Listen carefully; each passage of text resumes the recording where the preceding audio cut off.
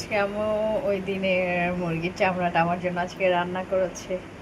কি ইয়ামি দেখতে হয়েছে, হ্যাঁ। হুম,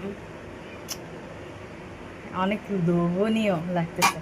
আর রান্না করছে ডাল পাতলা। আর কি রান্না করছে, এটা কিন্তু পেঁপে ভাজি। হুম, আর এটা হচ্ছে কালিজিরা ভর্তা, এটা হচ্ছে শুটকি ভর্তা, আর এটা হচ্ছে পেঁপে ভাজি।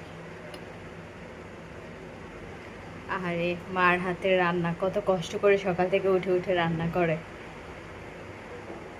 আম্মু যেদিন রান্না করতে দেরি করে বা আমাকে খাবার দিতে দেরি করে, ওই দিন আমি যে পরিমাণে রাগ করি, আমার যে কি পরিমাণে রাগ। সকালের খাবার টাইম মতো না খেলে আমার মাথা নষ্ট হয়ে যায় একদম।